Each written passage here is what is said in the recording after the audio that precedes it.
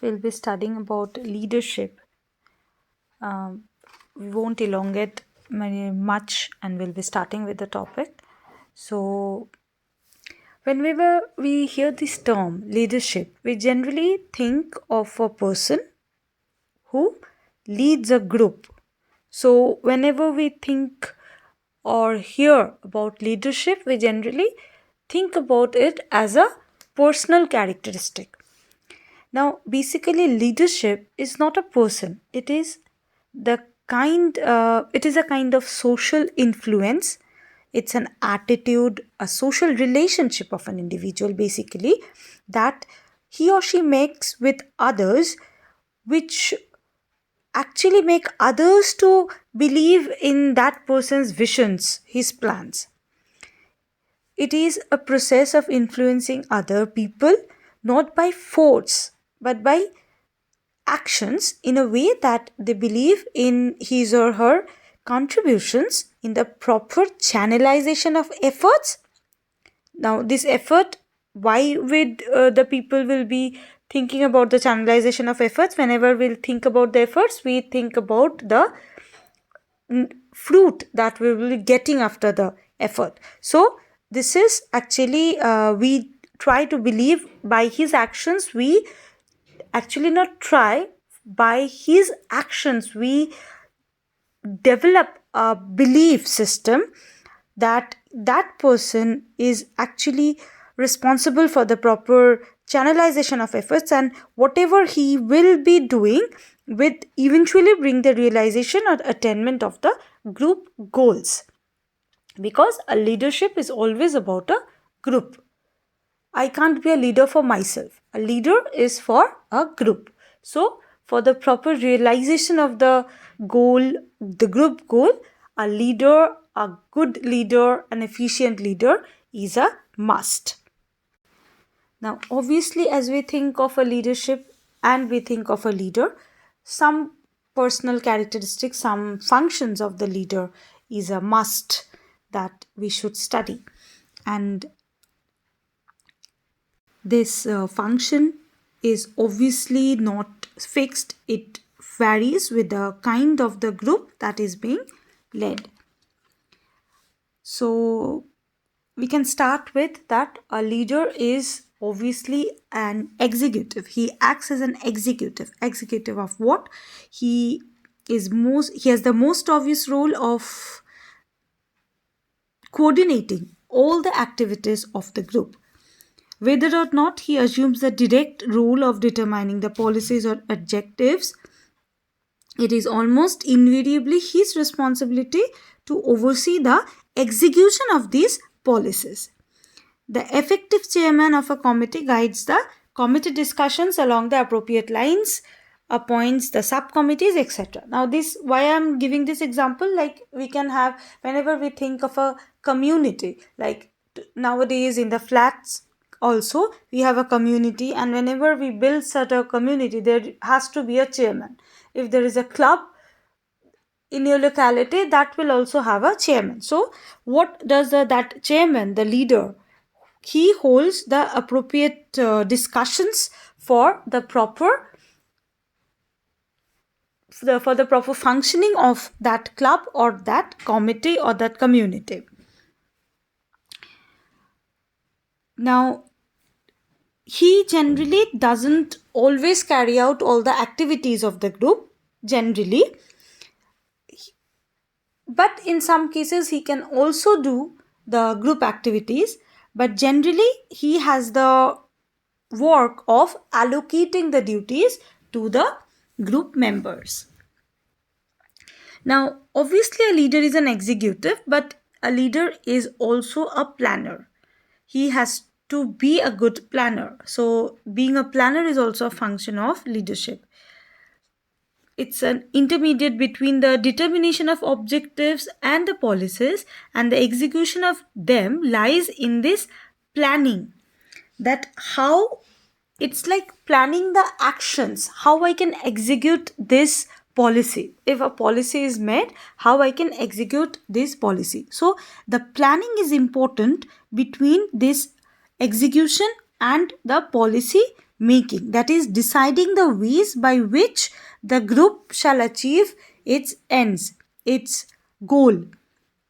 This may involve not only immediate steps but also long term planning of the future steps towards the goal.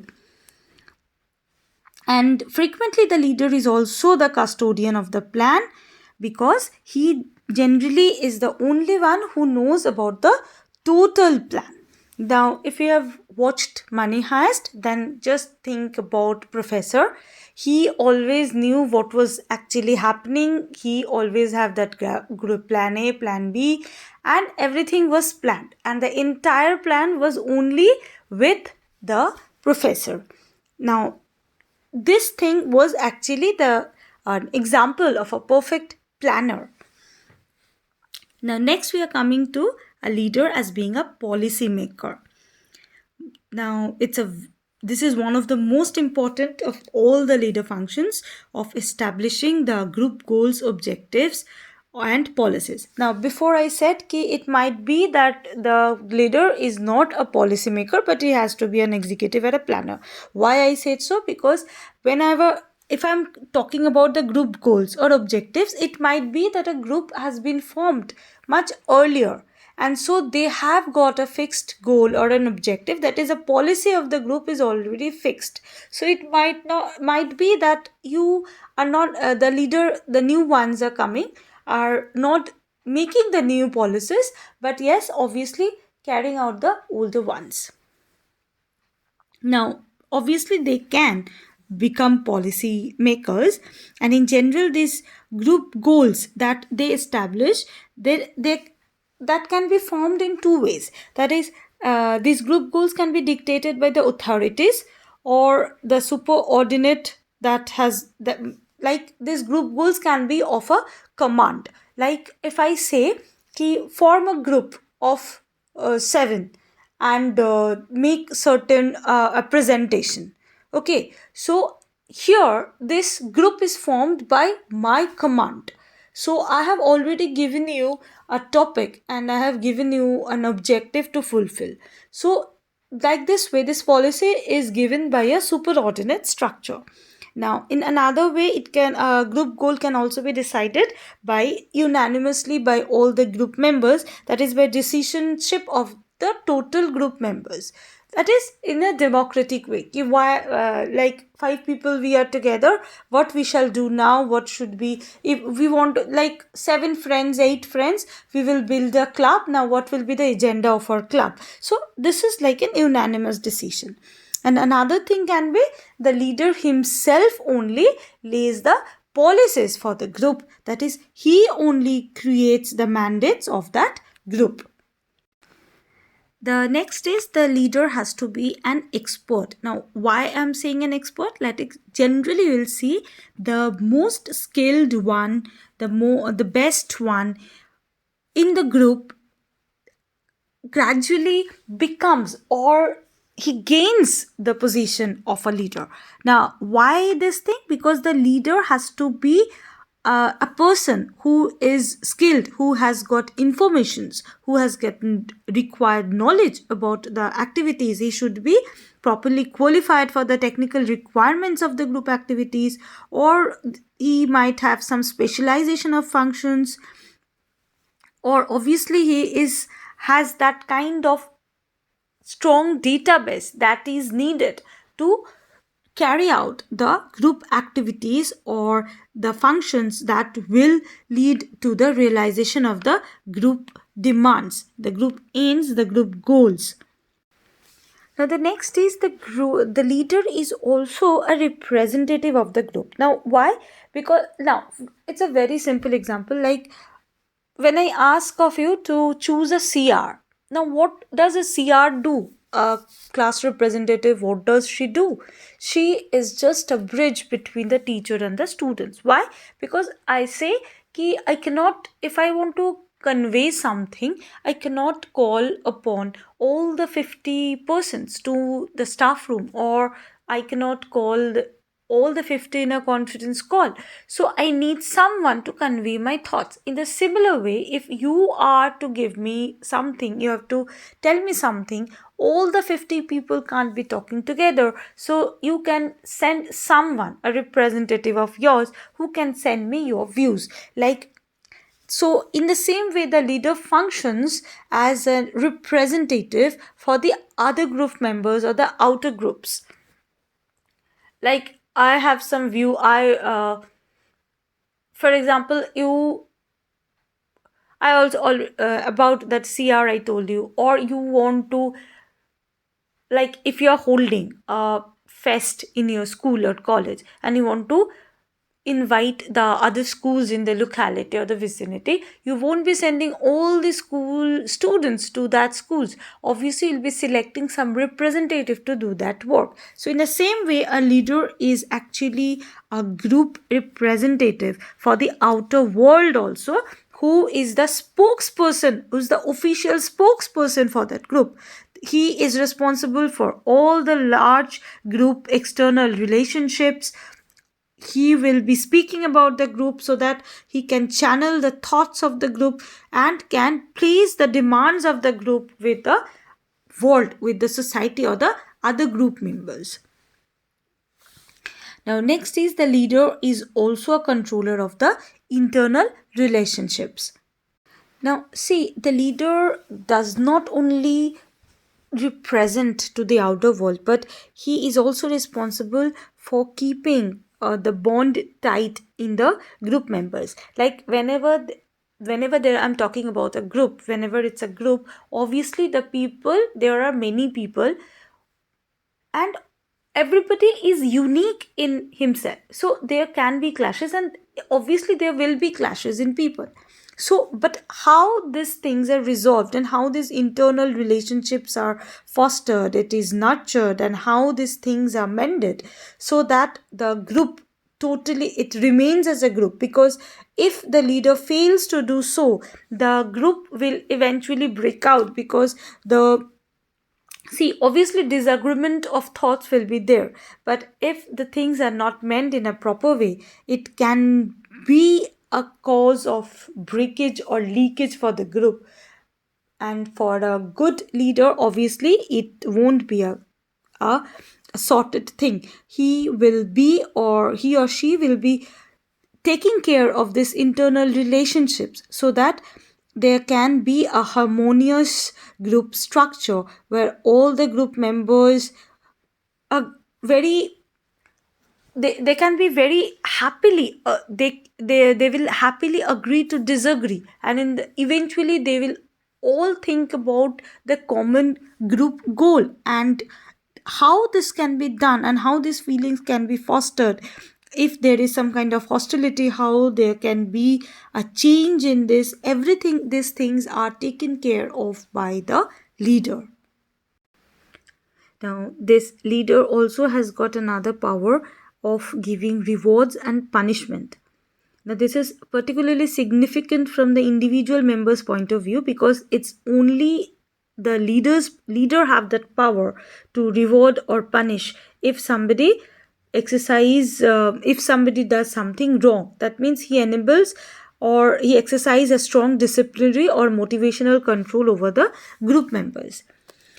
Now, sometimes the rewards and the punishments are concerned with relatively external things, such as when a gang divides up stools or loot, or when a worker is given an unpleasant task by his foreman.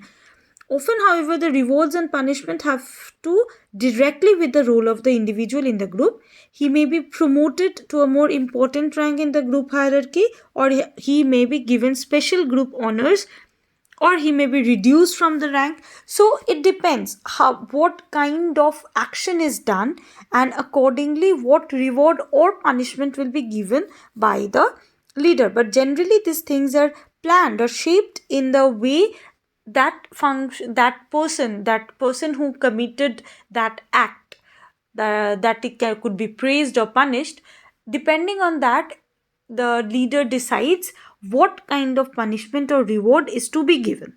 It can be like a direct harsh punishment, or generally it can be relating to the designation or the work he is assigned to do. It can be a change in his assignment of works. So it depends on how that person functions in the group and what is his responsibility. Now next is the leader is also a mediator for the group. Now, as I already said earlier, the leader also takes care of the group relationship. So he is not only an impartial judge, and he does not only render decisions but also act as a conciliator in re-establishing good group interrelationships. It is within the power of the leader in his role to reduce or to encourage functionalism within the group, depending upon what his personal aims may be. Next, the leader is also an exemplar. That is, in some kinds of groups, the leader may serve as a model of behavior for the group membership. In order to stimulate them to follow his lead in a desired activity and to provide them with a concrete indication of what they should do. Like, for example, a military leader who bravely precedes his troop in the battle, and he actually serves as an exemplar. Why? So does the lead. So the total ones who follow that leader is actually does the activities again to follow that line of action. So he forms as an exemplar. Then the leader is also a symbol of the group. That is he acts as an emblem of the group. Now, generally, when we say about emblem or symbol, it is like in various cases you'll see the groups generally have their own badges, or they can have special uniforms, or they do something have that distinguish them from other outgroup members, and they hold that for their identity, for their commitment to the group. Now, in these cases, in many a times, the leader actually becomes the face of the group. Like, for example, if we take about Congress. Now, why I'm giving the name of the Congress? Whenever we think about it or hear about it, always it's about Mahatma Gandhi. We obviously have an emblem for Congress, and it's a hand, because it's a hand. The emblem is a hand, but whenever we think about it, it is always about Mahatma Gandhi. So because that he was such a leader for that group, he obviously became an emblem for the group, and till date he is like that. That he is seen as that leader of Congress. Now, next is the leader is also a surrogate for the individual responsibility. Now, this is a very funny thing, because this is like many a times an individual, a group member, it can be that some function seems to be tough or it seems to be dangerous, like that person try to or wish to avoid that activity for some reason, and that leader is he plays a very extremely important psychological role for that individual in relieving him from that responsibility that he wishes to avoid. And in return, what is helpful, if that person, like this is something, a crucial decision has to be made or something, if I'm asking some superordinate, and if that person is acknowledging the fact, then that individual group member is freed from taking the decision, from taking that responsibility of taking the decision. For example, I'll just say, like, if like a CR is asking something, CR is asking you people to do something. Okay, so like we will be doing the class or not, we'll be doing something or not. Now, if this thing it's like something, a fishy thing, a ditchy thing, a thing that can be a problem for the CR to ask her classmates to do, because CR also is part of that group. In that case, she might come to the teacher for asking for the permission, कि tell me what I should do in such situation. And if the teacher gives her or him some suggestions, like you can do this or that, so she will be, in many cases, will go back to the class and ask the classmates, you should be doing this as the teacher has asked you to do so.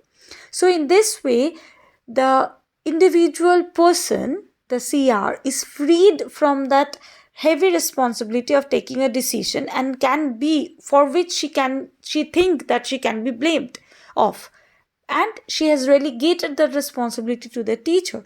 And in this way, the leader is being a surrogate for the individual responsibilities. Now, with these activities, the leader acts as an ideologist. He or she acts also like a father figure. Father figure, it's like, I'm not about it. It is not a gender specific word, but it is like a feeling of security, a place of security. Many a times, the leader becomes the place of security for the specific group members, like the members of it is the members become so emotionally attached to the groups and the group norms, that the he or that individual group members can emotionally attach to the leader as their father figure, or as that perfect place for the positive emotional feelings of the individual that will be addressed. The leader becomes the ideal object for identification, for transference, for feelings of submissiveness. Psychoanalytic theorists have stressed this exceedingly significant feature of the relationship of the leader to his followers, and there seems to be no doubt of the major role that it plays in accounting for the tremendous power of certain leaders in special circumstances. Like, we can obviously think about Hitler. He was like a compelling father figure for many of his followers.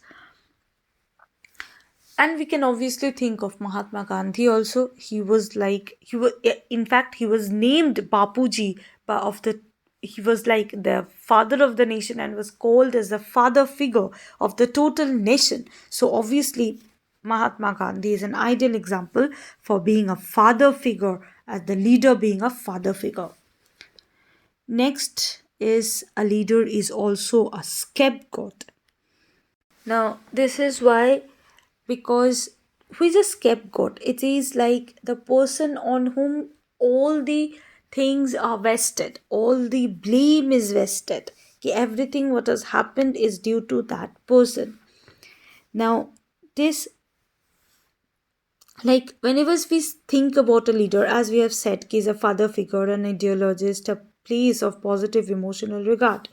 So he's not just he's not just an ideal object for positive emotional feelings, but he's also a very perfect target for the aggressors, or the frustrated, or the disappointed, or the disillusioned group members. Like, if the group leadership or the group fails out for certain things, for any betrayal or something, every the loyalty that was there in the group, that will totally change, and everything for the cause of the downfall of the group, or the scatterness of the group, or everything will be blamed on the leader. So the leader does not only function as the policymaker, but he also is taken as a scapegoat, on whose shoulders we can actually transfer all the causes of the failures, all our aggressions, all our frustrations, by which we can free ourselves, and everything will be on his responsibility. So leadership is something, uh, it is a process by which we can actually control a group, or we can also see it as a process by which we can create something group within. We can create something beautiful in a society. We can create good things very easily with the help of all other people, because to create something we need manpower, and for other peoples to follow that good visions, or whatever the visions that that can benefit a society or like that, it's very important to have a good leader. So this is just the first topic of the leadership, and it's obviously a huge one, and we'll be making more videos on this topic. So this is all about the characteristics or the functions of the leader, and the other parts will be done in the next videos. I hope it is understandable to you, and if it's not, then obviously we'll be discussing in the doubt clearing classes. Thank you, class.